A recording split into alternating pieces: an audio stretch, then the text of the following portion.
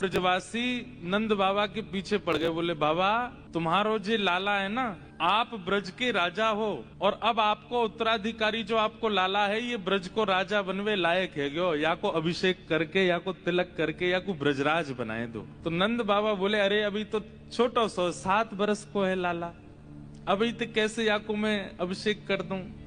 तो नंद बाबा गए लाला के पास, बोले लाला अब सब ब्रजवासियों कह रहे हैं कि तू ब्रज को राजा बन जा, ब्रजराज बन जा।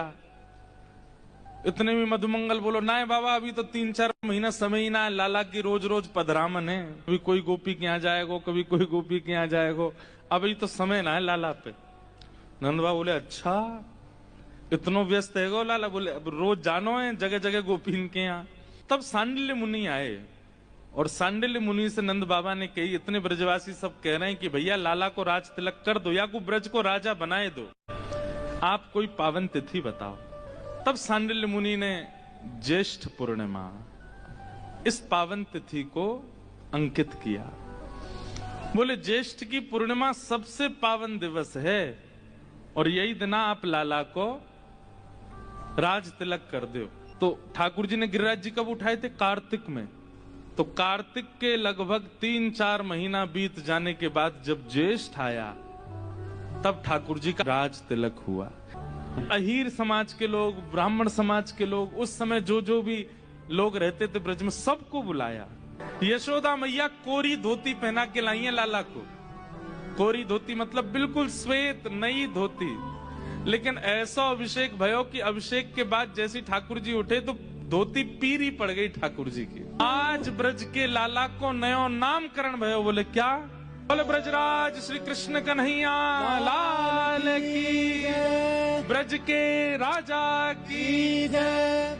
आज के दिन ठाकुर जी को ब्रजराज भाव से तिलक भयो। चंद्रावली सखी हुई, वो कह रही है बोले आज मुकु नंद लाला ने घेर लई। सबरी गोपी बोली एरी तो ये काई को घेर है, तेरे आगे भी कई गोपी चलें दही लेके, तेरे पीछे चलें तो ये काई को घेर है। तू हमें लगे हमारे बीच में आके बात बनाती दिखे, हमें चिढ़ावे के काजे कि तो ये घेरे लाला। तो अरे ना बात ना बना रही, सांची कह रही हूं मो ये घेर ले। बोले काई को घेर है? बोले मैंने हूं कही लाला जे आगे गोपी जा रही पीछे आ रही, इनको दही काई को ना खावे, मोते काई को मांगे। सो चंद्रावली बता रही है सखियन ने, लाला कह रो है, कहा आगे वारी को पत्रो दही है, पीछे वारी को बासो दही है, तेरे दही की सुगंधी बहुत जोर की, मैं तो तेरा ही दही चाहिए। बोले अच्छा तो फिर तेने कैसे दियो दही? चंद्रावली बोली हम ऐसे दही दूंगी मैं? बोले मैंने उन्हें एक अपनी बुद्धि लगाई, मैंने की लाला हाथ में खावे को? बोले हम हाथ में लूंगे, सन्ने हाथ इनमें गोबर लग रहा, मट्टी लग रही, एक काम कर देख ऐसे बड़े बड़े पत्ता है ऊपर वृक्ष पे, चल जा ऊपर से तोड़ ला, पत्ता को ऐसे दोना बना लियो, मां मैं दूंगी। सखी बोली अच्छा फिर का भयो?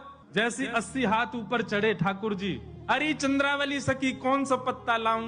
ने बताए थे कौन सा लाऊं? चंद्रावली बोली ले ले पत्ता, जा रही हूं मैं तो। और लेके मटकी चंद्रावली भाज गई। जब तक ठाकुर जी नीचे आते वो तो गई महाराज। फिर दूसरे दिन ठाकुर जी सखी बन के गए वाके यहाँ। अच्छा मुझे छलेगी? ठाकुर जी सखी बन के गए और चंद्रावली के द्वारे खटखटाने लगे। चंद्रावली भीतर थी, बोली कौन है? अरे तेरे गामते आई हूं, खोल दे। ठाकुर जी भीतर घुस गए। अब चोरी तो बनवे में नेक देर लगा में, लाल जी सोई चुनरी उनरी ओढ़ के बढ़िया सुंदर बन के गए और जाते ही बातें कहें हम तेरे गामते आई हूं। चंद्रावली के पहले तो कभी सुनी ना, नहीं मोड़ो तो दिखाए थे। बोले ना है मेरे यहाँ नियम ना है, सो कोई को मुख ना दिखाऊं। वहां के घर को भोजन कर लियो, पानी कर लियो, सब कर लियो। चंद्रावली ने बाहर बिस्तर लगा दिया, यहीं सो जा। चंद्रावली कक्ष में चली गई। नेक देर बाद ठाकुर जी कक्ष में आ गए, खटखटाने लगे। मुंह को अकेलो ना सो जाए, मुंह को तो वहीं सुलाए ले। और जैसे ही माने महाराज कक्ष में बुलाए ठाकुर जी, जैसे ही पौड़े चंद्रावली जैसी ने सुन लगी, सोई ठाकुर जी ने चुनरी फुनरी ऊपर करी, हम बे मुंह छल के जाएगी, ले छल लियो तो है आगो में बन करके। चंद्रावली भाजी महाराज यशोदा मैया तो शिकायत करो, जयदेव हैं कैसे? उन्होंने नियम ले लिया कि मैं एक वृक्ष के नीचे एक रात रहूंगा, अगले दिन दूसरे वृक्ष के नीचे सोते थे। इतना संग्रह भी नहीं किया कि कहीं मैं एक वृक्ष के नीचे 4 दिन रहा तो ऐसा ना हो जाए कि ये वृक्ष और ये स्थान मेरा है। लेकिन महाप्रभु जी को चिंता होती है जयदेव महाप्रभु की, मेरा जयदेव एक वृक्ष के नीचे सोता है, इतनी बड़ी रचना गीत गोविंद करने वाला एक वृक्ष के नीचे सोता है। तभी श्री जगन्नाथ जी ने एक योजना बनाई, और एक सुदेव नाम का ब्राह्मण था। उस सुदेव ब्राह्मण के कोई संतान नहीं थी, तो सुदेव ब्राह्मण ने जगन्नाथ महाप्रभु से कहा कि भगवान एक संतान का सुख मुझे दीजिए, मैं वचन देता हूँ उसकी बाल्यावस्था पूरी हो जाने के बाद जैसे ही वो बालक कुमार अवस्था का होगा, मैं आपके चरणों में निवेदित कर दूंगा, वो बालक आपका हो जाएगा, ये मेरा वचन है आप। तो जैसे ही भगवान ने देखा कि भाई ये जयदेव महाप्रभु एक ही वृक्ष के नीचे रहते हैं, तभी ठाकुर जी ने विचार किया कि हम कैसे इनके इस वृक्ष के नीचे रहने वाले सिस्टम को दूर करवाएं। तभी ठाकुर जी को याद आया कि एक सुदेव ब्राह्मण था, उसने इतने वर्ष पहले हमसे कहा था कि एक संतान हो जाए वो हमें अर्पित करेगा। ठाकुर जी की कृपा से उस सुदेव ब्राह्मण के यहाँ एक पुत्री ने जन्म लिया। महाप्रभु जी ने विचार किया कि उसकी पुत्री अब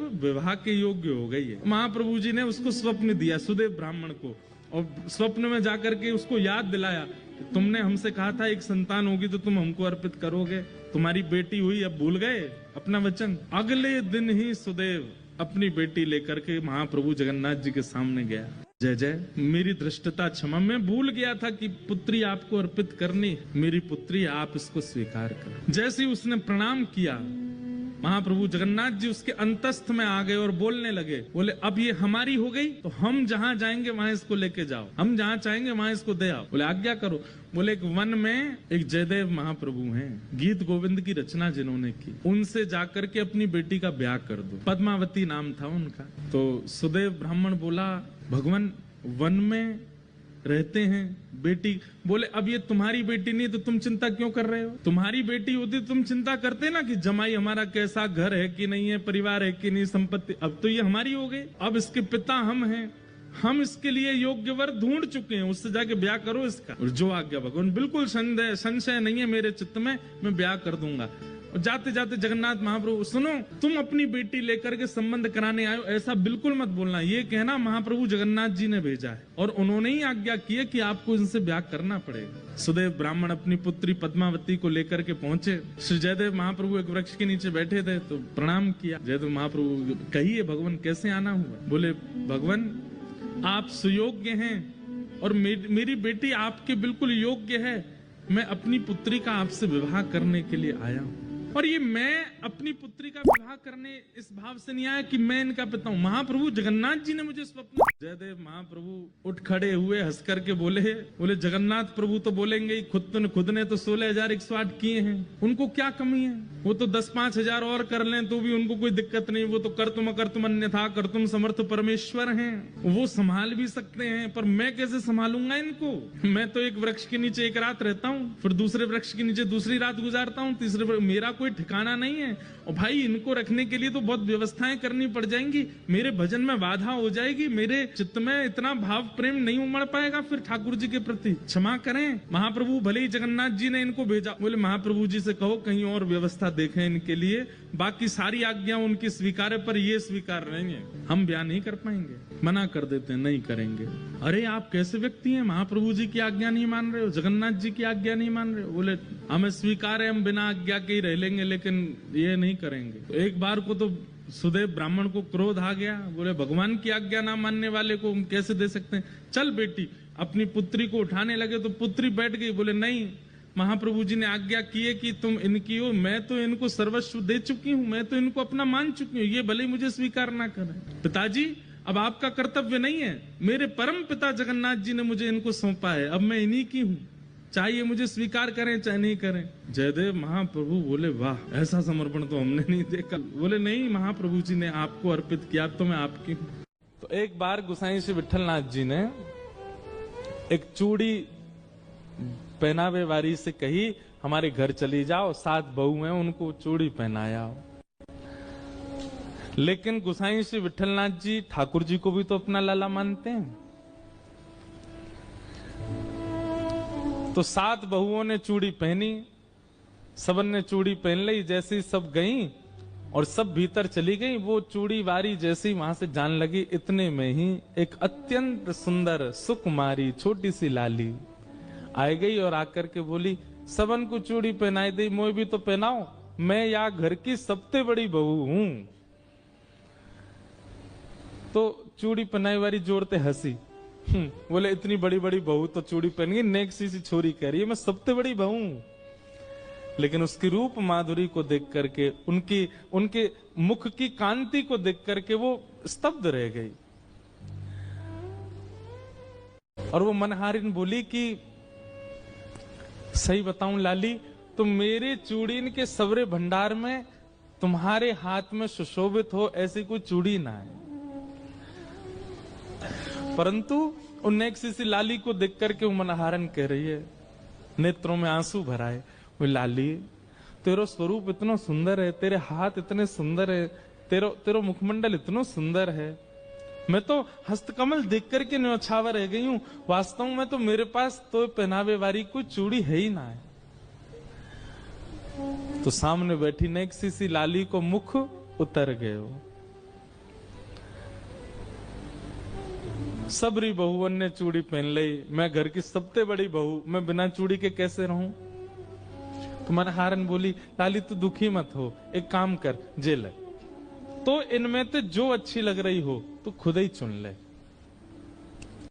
और नन्ही सी किशोरी जी अपने हाथन से चूड़ी निकाल रही हैं और निकाल के स्वयं नहीं पहननी, वाकू दे रही हैं, लो पहनाओ। और वाह के हाथ से सुंदर चूड़ी पहन करके और छमछम करती लाली चली गई। गुसाई जी ने कही सबरो धन ले जाइयो मोते जितनी चूड़ी पहनावे। मनहारन गई और जाके बोली महाराज पैसा दो। बोले 7 बहुवन के 2-2 हाथ, 14 हाथन में चूड़ी पहनाई, वा के हिसाब से बता दे। बोले 14 नहीं 16। बोले 16 कैसे? बोले 8 बहुवन को चूड़ी पहनाई, 7 तो बड़ी वरिष्ठ सी हट्टी तगड़ी, एक नेक्सी सी और ही छोटी सी, वाकू भी चूड़ी पहनाई।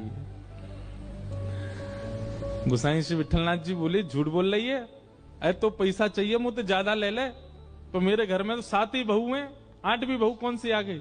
अरे ना है ऐसी छोटी सी, और पता कहा कह रही मैं घर की सबसे बड़ी बहू हूं।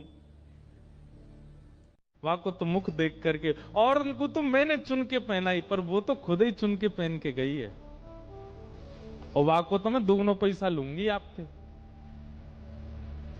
गुसाई जी बोले तू झूठ बोल रही है, ऐसा है ही ना है। गुसाई जी बोले रुक जा, मैं घर जाऊंगा, पहले सबरी बहुवन से बात करूंगा, फिर दूंगा तो पैसा। और गुसाई जी ने घर जाके, अरे कौन कौन सी ने चूड़ी पहनी, सबरी बहू आ गए, हमने पहनी। बोले वो मनहारन कह रही 8वीं वो पहन के गई है। 8वीं कौन है, हम 7 ही हैं घर में।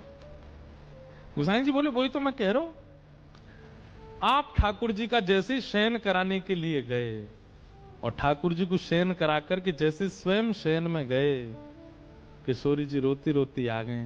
बोले गुसाई जी आप 7 पुत्रन को अपनो मानो, 7 बहुवन को अपनो मानो, और तो और आप लाल जी को अपनो भी पुत्र मानो, पर मुंह को अपनो बहू ना मानो।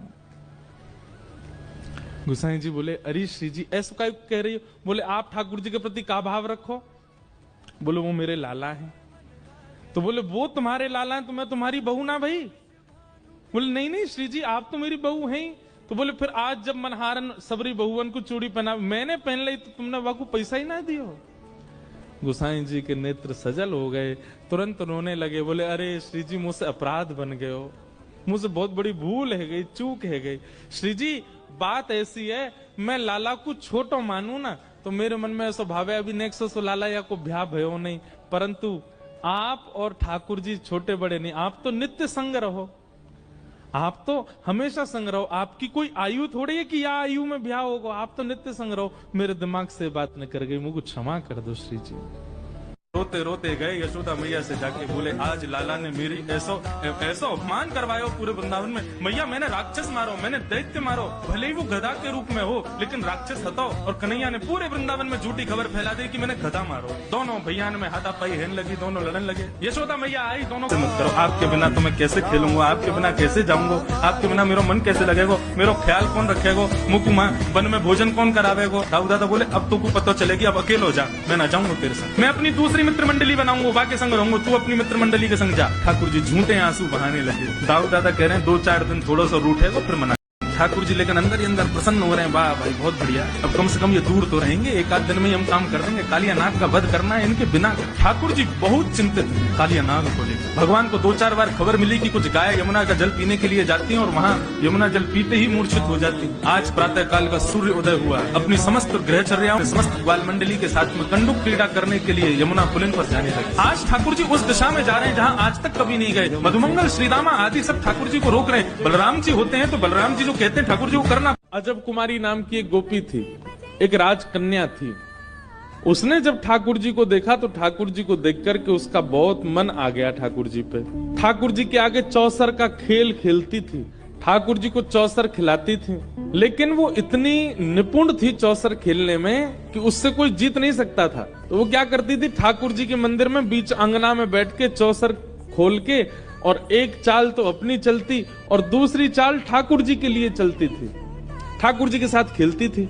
उससे कोई जीत नहीं सकता था, लेकिन वो इतनी निपुण थी कि जैसे ही ठाकुर जी हारने वाले होते थे तो अंतिम चाल ऐसी चलती कि ठाकुर जी जीत जाते थे, वो हार जाती थी। लेकिन अजब कुमारी की इच्छा थी कि वो राजस्थान की रहने वाली है, उसके माता पिता इतना उसके पिताजी राजा हैं, वो उसको इतना जाने नहीं देते बार बार गोवर्धन।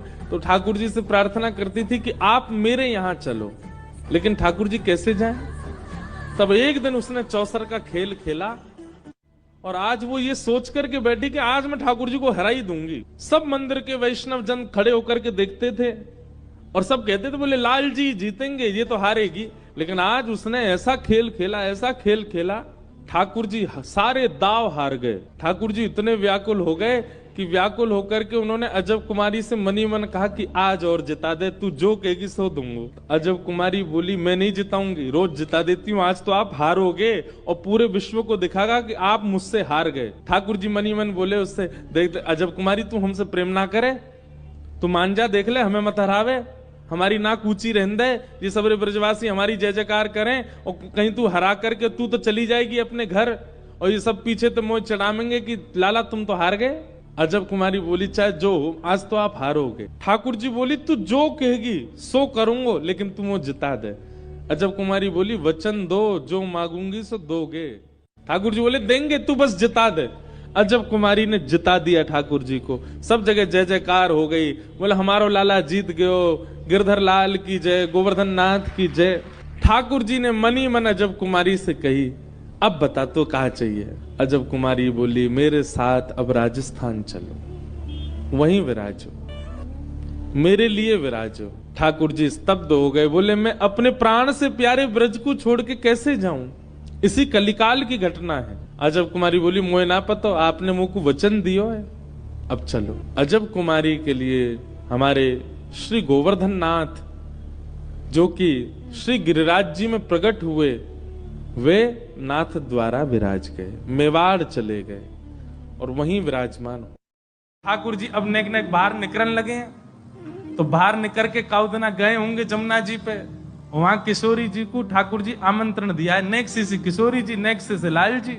ठाकुर जी निमंत्रण दिया है, हमारे नंद भवन में आ जाइयो खेलवे के काज। ठाकुर जी कोई बात पे नंदरानी यशोदा मैया से लड़ रहे हैं, भीतर जोर जोर से चिल्ला रहे हैं, चीख रहे हैं और महाराज गिर गिर करके जमीन पे जिद कर रहे हैं कोई बात की। वही समय किशोरी जी आ गए, ठाकुर जी लोटे पड़े हैं जमीन पे और माथों पीट रहे हैं, मैया तो कह रहे हैं मेरी बात मान। वही समय किशोरी जी आ गई कि जैसे किशोरी जी आई तो बड़ी संकोच में मंद मंद हंसती भई और बड़े धीमे से बोली, घर में कुंवर कन्हाई हैं, उनने मौसम कही कि घर आ जाइयो खेलवे के काजे। जैसे ही सुनी महाराज द्वार पे कोयल बोल रही है, ठाकुर जी ने अपनी स्थिति देखी, मैं पड़ा हूं, बाल बिखेर लिए, मूड मार रहा हूं सिर में, नीचे जमीन में मैया ते कोई लड़ रहे हैं। जैसे ही सुनी महाराज की किशोरी जी आई हैं, तुरंत ठाकुर जी तो अपनी सबरी बात भूल गए और बिल्कुल महाराज अपने बारन को संवारन लगे, अपने वस्त्रन को ठीक करन लगे और ठीक कर हाथ पकड़ के ले गए, किशोरी जी को दिखा रहे हैं, तू इनको जाने? मैया बोली, ना मैं तो पहली बार देख रही हूँ। मैया बोली, मैं तो ना जानू लाला, लेकिन तू कैसे जाने, तेरो कैसे परिचय है को? ठाकुर जी बोले, मैया मैं तो अभी नयो नयो घर से बाहर निकलना सीखूं। बोले हाँ, कल मैं जमुना जी गयो। बोले अच्छा, फिर? बोले लौट के आ रहा सो मैं मार्ग भूल गो, घर को नंद भवन को रास्ता भूल गो, तब जे मेरो हाथ पकड़ के मुंह को बाहर तक छोड़ के गई, मैया याकू तू यहाँ आवे में बड़ो संकोच है रो, तो से संकोच करे, देख मोती लड़ रही है बेचारी, वो कैसे आवे तेरे सामने। मैया या मारे मैंने अपने करुण भाव ते, मैं तो बड़ो कोमल हृदय को हूं ना, मेरे कोमल हृदय से रीच करके जे यहाँ आई है मैया। मैया तेरो स्वर सुन के बेचारी बड़ी घबरा गई, पर मेरो स्वर सुन के या के मन में बड़ो प्रेम उत्पन्न है गयो, सो मैंने घर बुलाई है, मैं मौसम बड़ी रीझ गई है मैया, अब मैं अकेलो पड़ जाऊं खेलवे को, दाऊ दादा तो बहुत बड़ो मौसम, तो या को खेलवे के मिस मैंने घर को बुलायो है। मैया करी अच्छो लाला, बढ़िया लीला करो दोनों। और अब श्यामा श्याम दोनों मधुर लीला कर रहे हैं, बाल लीला में ठाकुर जी इतना आनंद कर रहे हैं। यशोदा मैया ने ब्रजवासी बुलाए, भैया लाला को कर्ण छेदन संस्कार करना है। ठाकुर जी ने देखी आज बड़े बड़े महाराज मंगल गीत गाए जा रहे हैं, बंधन बार बांधे गए, केला के पत्ता लगाए, कदली फल, बड़े बड़े ब्राह्मण वेद मुनि आए हैं, सब ऋषि जन आकर के वेद ध्वनि कर रहे हैं। ठाकुर जी ऊपर से ही निहार रहे हैं, पलना से उठ के आए, बोले आज कहा है रोए। तभी बलराम जी आए, बोले लाला, बोले हाँ भाज जा, बोले भाज जा मतलब, बोले लाला तेरो कान छेद हो जाएगा आज, मैया सुई लेके बैठी है तेरे कान में घुसाई देगी। ठाकुर जी भाज गए महाराज सुई देख करके, कहाँ भाज गए, ऊपर भाज गए, चलनो तो भी इतना जाने ना है, सिद्दीन पे चढ़ चढ़ के ऊपर भाज गए। और नंदरानी यशोदा मैया के यहाँ पलंग के नीचे जाके घुस गए, बोले मैया मेरे कान में सुई लगा देगी। मैया आदि सब ढूंढ रही है, लाला तू कहाँ है। ठाकुर जी कह रहे मैं यहाँ ना हूं। मैया ने जैसे नीचे जा, लाला तू तो यही है। मैया मैं ना हूं, हुआ है, मैं तो कहीं और हूं। मैया ने लाल जी पकड़ लिया, रोवे सो रोवे लाल पड़ गए ठाकुर जी। मैया मेरो कान में छेद लग जाएगी, मैया तू कैसी निर्दयी है जा रही है। अरे मेरे लग जाएगी मैया। अरे लाला कछु ना होगा, ऐसे लगेगी जैसे चेंटी काट गई हो। ठाकुर जी रोने लगे, नहीं मानने, नहीं करवा रहे कर्ण छेदन। सब सामने आकर के खड़े है गए, बोले लाला देख कर्ण छेदन तो करवाना पड़ेगा, देख सबन के कान छिद रहे हैं। ठाकुर जी तोतली वाणी में बोल रहे हैं, बोले मैया मैं करा लूंगा, लेकिन पहले मुंह को एक वचन दे। बोले कहा ये जितने खड़े हैं सबन के एक एक बार फिरते करवा, यही सुईते एक एक बार फिरते सबन के कान छेद तब करवाऊंगा। मैया बोली लग जाओ रे भैया सब रे। अब सब बोले हमने हमारे तो कान छिदवा का छिदवा में। बोले लाला के सुख के कारण सब करवाओ। जब सबके कान छिद गए ठाकुर जी खूब खुश है गए, और खूब खुश है के बोले हाँ मैया अब करवाए दो मेरो भी, अब कम से कम अकेले पीड़ा तो नहीं होगी, हम तो डूबेंगे सनम तुमको ले डूबेंगे, कम से कम कान में दर्द होगा तो सबन के होगा ना, अकेले मेरे नहीं होगा। नंद बाबा जोर से हंसन लगे लाला की तोतरी वाणी सुन करके, और सब ब्रजवासी आनंद में भर गए। लाला के सुख के कारण सबन ने अपनो कर्ण छेदन करायो, और फिर लाला को कर्ण छेदन संस्कार भयो। बोलो कर्ण छेदन संस्कार की।